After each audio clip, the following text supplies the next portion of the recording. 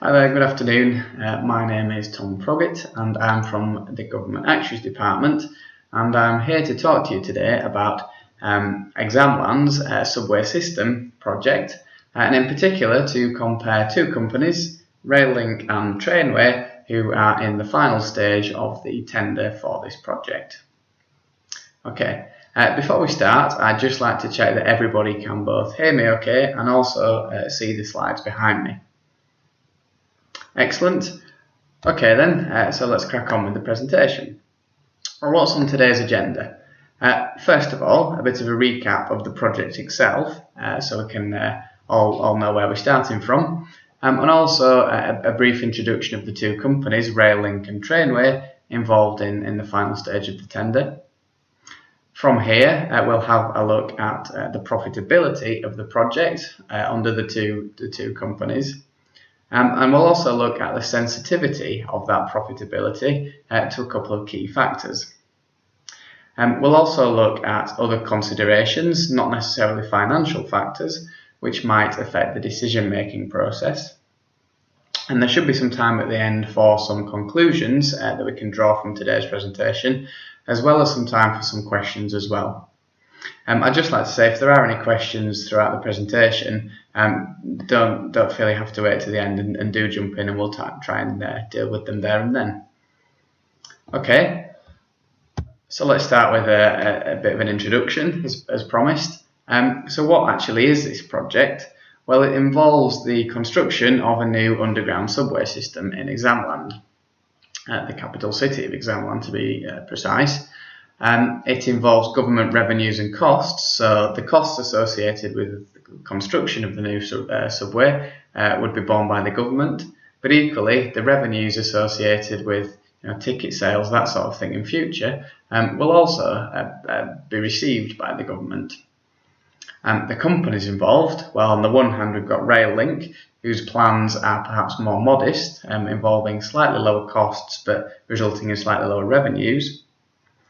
And on the other hand, we've got Trainway, whose plans are perhaps more ambitious, perhaps higher cost, but also higher revenues as well. Okay, so that's a bit of background. Now on to a few specifics. So what do we actually expect to happen in terms of the cash flows that we get on these projects under the two providers? Well, the graph behind me shows those expected cash flows. We've got blue bars corresponding to Raillink, red bars corresponding to Trainway, and we've got time going across the horizontal axis. And where the bars are above the horizontal axis, we've got revenues, so money coming in. Where the bars are below the horizontal axis, we've got costs, so money coming out. Okay, so what are the key conclusions we can draw from this chart? Well, there's a few things. The first thing is that Raillink has a lower initial cost involved than Trainway, so that initial bar on the left at time 0. But there is also a lower terminal payment involved right at the end on the right at time 20. And in the meantime, there's a couple of other things that are different. Namely, Raillink involves lower regular costs, sort of in that period from 0 to 5 years, than Trainway. And also, Raillink has slightly lower regular income, sort of from years 5 to 19, than Trainway. Okay, so let's go on to a more formal assessment of profitability then. And to do this, I'm going to look at two indicators of profitability. The first one is, how long does it actually take to get your money back? And as you've suggested in your instructions to me for today's presentation, we'll call that the undiscounted payback period. And the second factor is, how much profit do you actually expect to make? So when we're looking at more profitable, what do we actually mean? Well, we mean a shorter undiscounted payback period, so you're getting your money back sooner. And we mean a higher expected profit, as in you're actually making more money at the end. Okay, so under these two assessment criteria, what do we think will happen? Well, under the first criteria, the payback period comparison, we've got a slightly shorter payback period for Raillink than Trainway. So from that point of view, rail link looks slightly more profitable than trainway. Under the second criteria, expected profits, again we reach a similar conclusion. Rail link this time has a higher expected profit than trainway, so 36 million compared to 26 million, and therefore looks slightly more profitable. Okay, so we've looked at what we expect to happen, but what happens in terms of sensitivity? So what happens to the profitability if things aren't actually as we expect to happen? Well, first of all, we can look at sensitivity to passenger numbers. So what happens if passenger numbers are either higher than we expect or lower than we expect? And the chart behind me shows the payback period for the two providers, rail link and trainway, when passenger numbers are as we expect, lower than we expect, and higher than we expect. So a couple of key conclusions to draw from this slide. The first conclusion is that when we get higher passenger numbers than we expect, the projects become more profitable under both providers. And also, the projects are similarly sensitive to passenger numbers. So the difference between the payback periods under the two providers is never more than a year out. So we've got 20 compared to 20 at the far end. We've got 7.5 years compared to 8.5 years at the low end. So we're never far away, basically. So the projects have got a similar sensitivity to passenger numbers. The next slide, however, shows that when we look at expected profit comparison, not just the payback period comparison, we reach a slightly different conclusion. So now what we're seeing is that rail link is less sensitive to passenger numbers than trainway, and we've seen that because the red bars have a greater spread than the blue bars.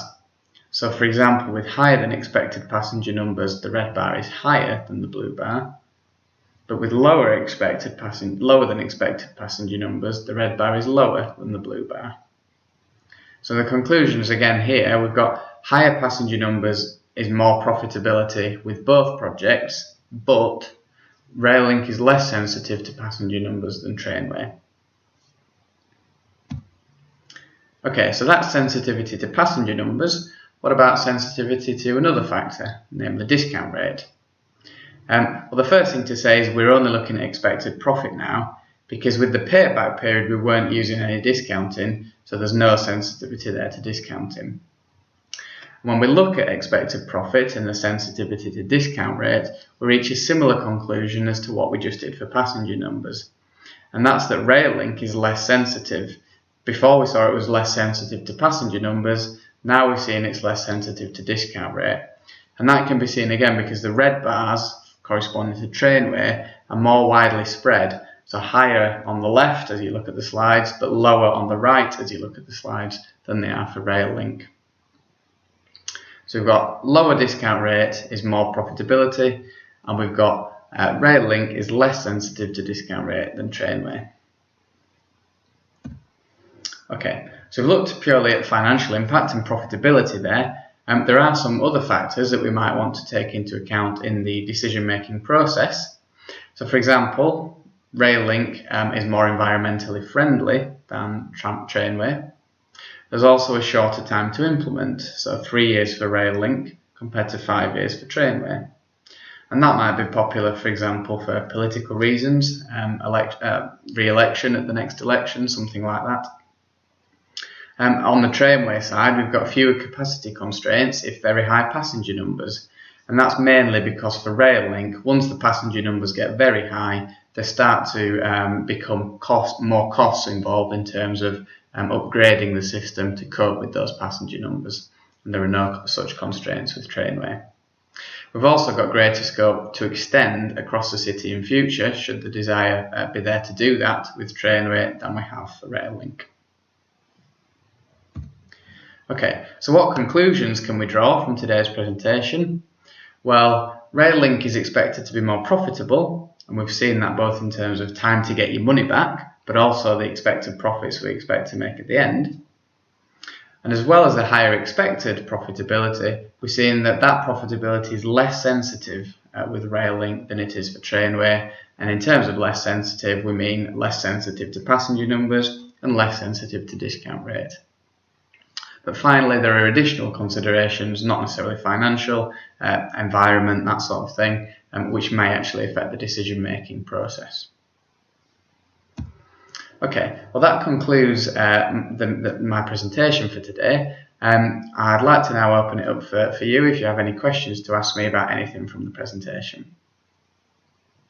Okay, that being the case then, thank you very much for your time this afternoon, and I hope you found the presentation useful. And if there's anything that you would like to ask me following the presentation, please do drop me an email at the contact details on the slides. Thank you very much.